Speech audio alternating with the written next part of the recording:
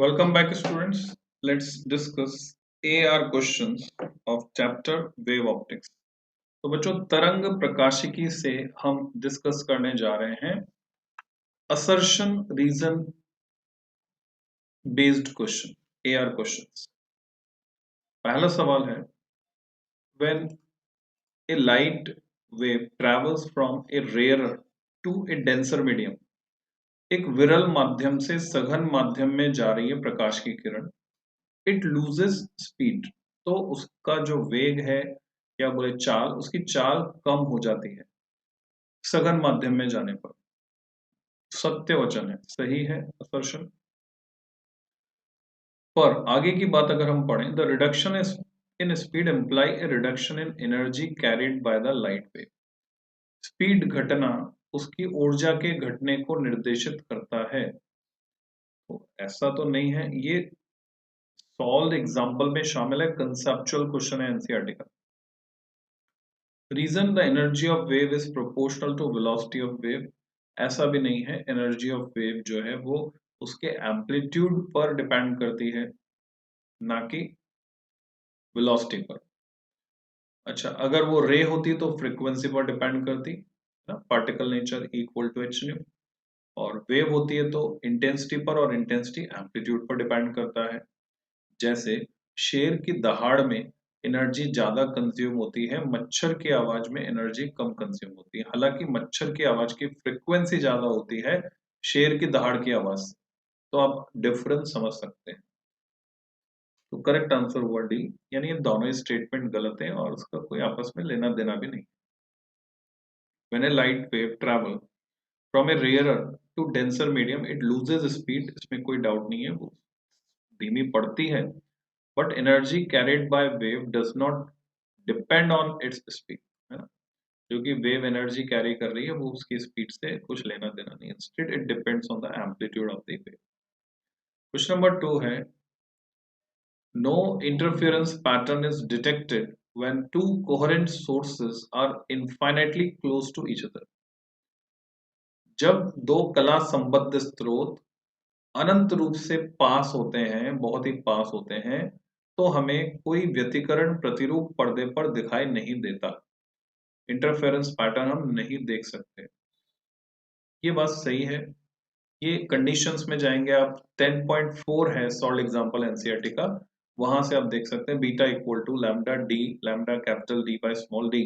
अगर small d infinitely small होगा, बहुत छोटा होगा, तो पूरे पर्दे पर सेंटर ब्राइट फ्रिंज ही घेर लेगी पूरे पर्दे को। Reason the fringe width is inversely proportional to distance between two slits. सही है, तो correct answer is A. Solution, when small d is negligibly small, fringe width beta, जिसे हम बीटा से दिखाते हैं, which is proportional to 1 upon d, may become too large. Even a single fringe may occupy the whole screen, hence the pattern cannot be detected. तो आपको याद आ गया होगा बच्चों ये वाला फॉर्मूला, ये टिप्स पर होना चाहिए, बहुत ही काम का फॉर्मूला। बीटा जो कि फ्रिंज विड्थ होती है वो होता है लैम्डा टाइम्स कैपिटल डी, यानी distance between plane of slits and the screen, upon small d जो कि है distance between the two slits. Next question, for best contrast, अगर हम चाहते हैं कि व्यतिकरण प्रतिरूप में यानी YDSE में कॉन्ट्रास्ट विपर्यास अच्छा मिले बिटवीन मैक्सिमा एंड मिनिमा, यानी ब्राइट फ्रिंज परफेक्टली ब्राइट या साफ साफ दिखे और डार्क फ्रिंज परफेक्टली डार्क हो, in the interference pattern of YDSE the intensity of light emerging out of the two slits should be equal. तो दोनों slit से निकलने वाली जो लाइट है वो इंटेंसिटी में या एम्पलीट्यूड में सेम होनी चाहिए। तो ये स्टेटमेंट करेक्ट है, तभी कैंसलेशन होगा। जहां डार्क फ्रिंज मिल रही है, डिस्ट्रक्टिव इंटरफेरेंस हो रहा है, वो इंटेंसिटी पूरी कैंसिल हो पाएगी और कॉन्ट्रास्ट अच्छा होगा। रीजन है, the intensity of interference pattern is proportional to square of amplitude. ये स्टेटमेंट तो करेक्ट है, intensity is proportional to square of amplitude, पर ये करेक्ट रीजन नहीं है इस असर्शन का। That's why answer is B. Solution, When intensity of light emerging from two slits is equal, the intensity at minima zero हो जाएगी और absolute dark it provides a better contrast. Question number 4 है in Young's experiment the fringe width for dark fringes is different from that for white fringes. Fringe width जो होती है वो हम ये मान के चलते हैं कि ब्राइट एंड डार्क फ्रिंजेस हम ये प्रूव भी करते हैं, मान के नहीं चलते, हम सिद्ध करते हैं कि सभी फ्रिंजेस इक्वल विड्थ की होती है इंटरफेरेंस पैटर्न में and width is beta equal to lambda D by d, चाहे वो डार्क हो चाहे ब्राइट हो। तो ये स्टेटमेंट गलत हो गया। Reason in YDSE the fringes are performed with a source of white light then only black and bright fringes are observed। ये भी अपने आप में गलत कथन हो गया, ये स्टेटमेंट भी रॉन्ग है। एक तो लैंग्वेज भी थोड़ी गड़बड़ है यहाँ पे, fringes are performed, fringes performed थोड़ा अटपटा सा लग रहा है। तो व्हाइट लाइट अगर हम यूज करते हैं तो हमें पता है कि central fringe bright and white होती है, बाकी फ्रिंजेस कलरफुल होती हैं जिसमें अंदर का किनारा लाल और बाहर का किनारा बैंगनी होता है। Inner edge is red and outer edge is violet. आप इसको लिंक करके याद रख सकते हैं, जैसे प्राइमरी रेनबो में कलर का सीक्वेंस, जैसे प्रिज्म में डिस्पर्शन के बाद कलर का सीक्वेंस। सॉल्यूशन दिया हुआ है in Young's experiment fringe width, correction कर देता हूँ छोटा सा, एक ही एक्सपेरिमेंट्स नहीं। Fringe width for dark and white fringes are same, while in YDSE, when a white light as a source is used, the central fringe is white, around which few colored fringes are observed on either side. Next पांचवा, अच्छा इसकी fine detail अगर मैं बताऊं आपको, तो SC Verma में आप पढ़ेंगे तो अंदर का किनारा बैंगनी, बाहर का किनारा लाल दिया रहा है। तो SC वर्मा में वहां बात की जा रही है उस फ्रिंज की जो कि पहली ब्राइट फ्रिंज, दूसरी मतलब ब्राइट फ्रिंज की जगह पर जो फ्रिंजेस आएंगे उनकी बात की जा रही है। एनसीईआरटी में पढ़ेंगे तो अंदर का किनारा लाल, बाहर का किनारा बैंगनी दिया रहेगा। सॉल्ड एग्जांपल है 10.4, वो आप देख सकते हैं। तो उसका रीजन ये है कि एनसीईआरटी में बात की जा रही है डार्क फ्रिंज की, और ना तो एनसीईआरटी में ना तो एससी वर्मा में ये मेंशन्ड है कि वो डार्क फ्रिंज की बात कर रहे हैं या व्हाइट फ्रिंज की बात कर रहे हैं। तो बहुत सारे बच्चे कंफ्यूज हो जाते हैं दोनों को पढ़ के, तो कंफ्यूज ना हो, दोनों ही सही हैं, दोनों किताबों में सत्य लिखा है, सत्य छपा है ना, सही छपा है। फिफ्थ क्वेश्चन है assertion when a tiny circular obstacle is placed in the path of light from some distance, a bright spot is seen at the center of shadow of the obstacle। ये statement सही है।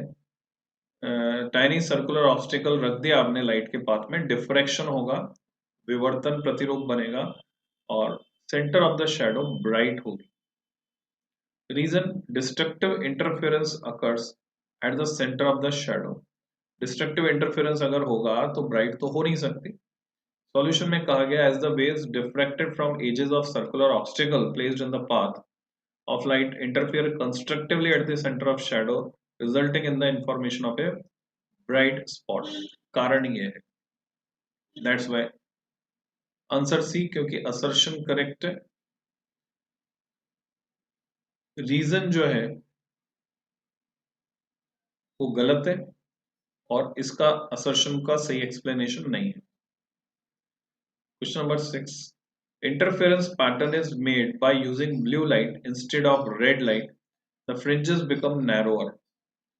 जैसे हम blue light पर जाएंगे, हमें पता है ब्लू की जो वेवलेंथ होती है वो रेड से कम होती है, तो वेवलेंथ कम हो जाएगी ब्लू की, तो बीटा भी कम हो जाएगा। तो ये जो स्टेटमेंट है वो सही है। Reason in Young's double slit experiment fringe width is given by beta equal to lambda D by d. Reason भी सही है और सही से एक्सप्लेन करता है असर्शन को। असर्शन है अगला 7th question, diffraction is common in sound but not common in light waves. ये स्टेटमेंट करेक्ट है। Wavelength of light is more than the wavelength of sound, ये तो उल्टी बात है, गलत है। वेवलेंथ ऑफ लाइट तो बहुत कम होती है और इसका रीजन, इस रीजन का असर्शन से कोई लेना देना नहीं। सो ऐसा क्यों है? हमारे आसपास के सभी ऑब्जेक्ट्स का जो साइज है वो साउंड की वेवलेंथ का ऑर्डर का है, तो साउंड का डिफ्रैक्शन, ध्वनि का विवर्तन आसानी से प्रेक्षित होता है, we can observe easily. But light की वेवलेंथ बहुत कम होती है और हमारे आसपास के जो ऑब्जेक्ट हैं, दरवाजे, खिड़की, टेबल, कुर्सी, दीवारें, इनका जो साइज है वो लाइट की वेवलेंथ से मैच नहीं करता। इसलिए लाइट का डिफ्रैक्शन इजीली ऑब्जर्वेबल नहीं है।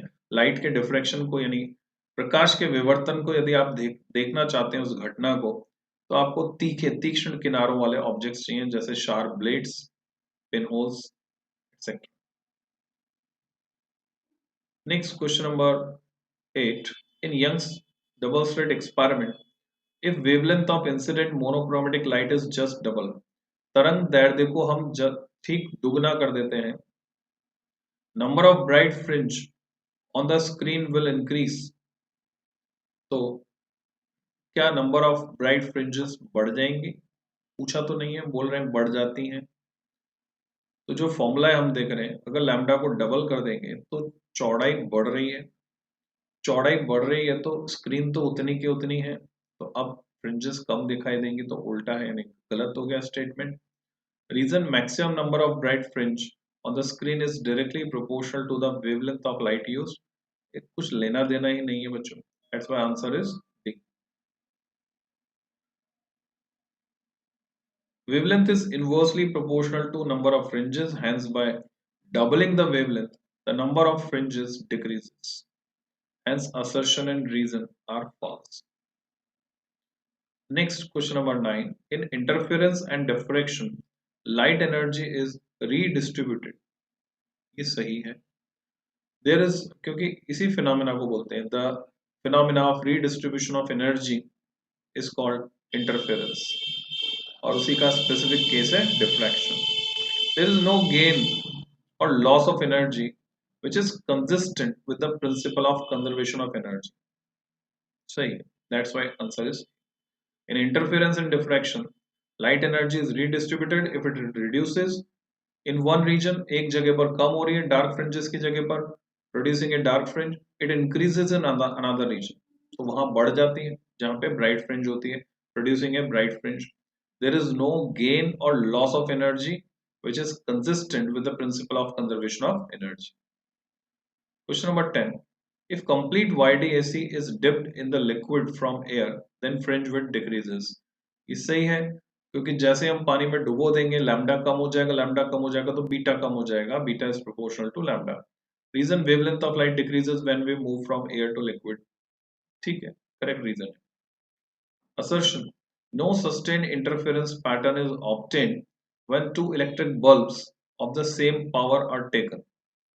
Statement is correct, क्योंकि कोहेरेंट सोर्सेज हमको चाहिए and two independent sources except laser, laser के अतिरिक्त बाकी जितने भी दो सोर्स आप लेंगे जो कि स्वतंत्र हैं, अलग अलग हैं, तो स्पॉन्टेनियस एमिशन पर बेस्ड होते हैं, चाहे वो कैंडल्स हो, चाहे वो बल्ब हो, फिलामेंट बल्ब हो। तो इलेक्ट्रिक बल्ब के केस में फेज कांस्टेंट नहीं होने से सस्टेन इंटरफेरेंस नहीं मिलेगा। इंटरफेरेंस तो होगा पर सस्टेन नहीं होगा। ब्राइट और डार्क फ्रिंजेस की जो पोजीशन है वो इतना तेजी से बदलेगी कि हम ऑब्जर्व नहीं कर पाए। Reason, phase difference between waves coming out of electric bulbs is not constant, so phase difference between waves coming out of electric bulbs,